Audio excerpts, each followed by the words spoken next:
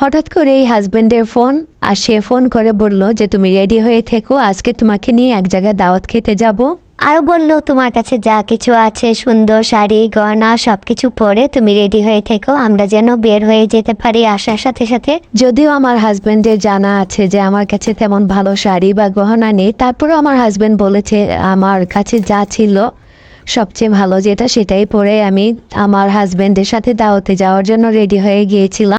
যথারীতি আমার হাজবেন্ড কাজ থেকে আসার পরে হাজবেন্ডকে নিয়ে আমার দাওয়াতে গেলাম আমরা। সেখানে যাওয়ার পরে দেখা গেল আমার হাজবেন্ডের ফ্রেন্ডস আর ফ্রেন্ডসদের ওয়াইফ তারা অনেক সুন্দর করে সেজে গুজে দামি কাপড় চোপড় পরে পরিপাটি হয়ে দাওয়াতে এসেছে।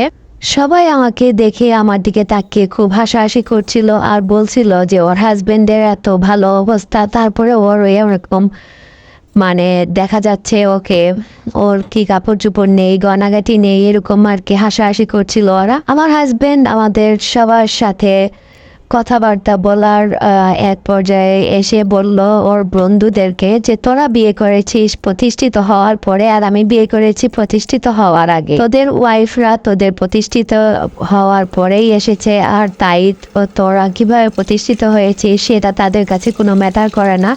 তাদের কাছে ম্যাটার করে দামি দামি শাড়ি গয়না এগুলোই। কিন্তু আমার ওয়াইফ আমাকে পেয়েছে যখন আমার কিছুই ছিল না, তখন আমার ওয়াইফ আমাকে সাথে সংসার শুরু করেছে। আর আমার ওয়াইফ অনেক সাদামাটা একটা মেয়ে, আর ও এরকম সাদামাটা হওয়াতেই আমি আজ এরকম প্রতিষ্ঠিত হতে পেরেছি। আশা করছি তোরা তোদের ভুল বুঝতে পেরেছিস। তোরা এতক্ষণ যাবৎ আমার ওয়াইফকে নিয়ে যা কিছু বলছিলি সব কিছুই তোদের ভুল ধারণা। আমার ওয়াইফের কোনো ধরনের কোনো শখ আহ্লাদ কোনো কিছুই আমি অপূর্ণ রাখতে চাই না, কিন্তু আমার ওয়াইফ চায় না যেন তা আমার কষ্টের টাকা দিয়ে সে কোনো বিলাসিতা করুক। আর এজন্যই আমার ওয়াইফকে আমি যত দামি গহনা শাড়ি কিছুই দিতে যাই না কেন আমার ওয়াইফ নিতে চায় না। আর আমার ওয়াইফের হেল্পের কারণেই আমি আজকে এত প্রতিষ্ঠিত হতে পেরেছি।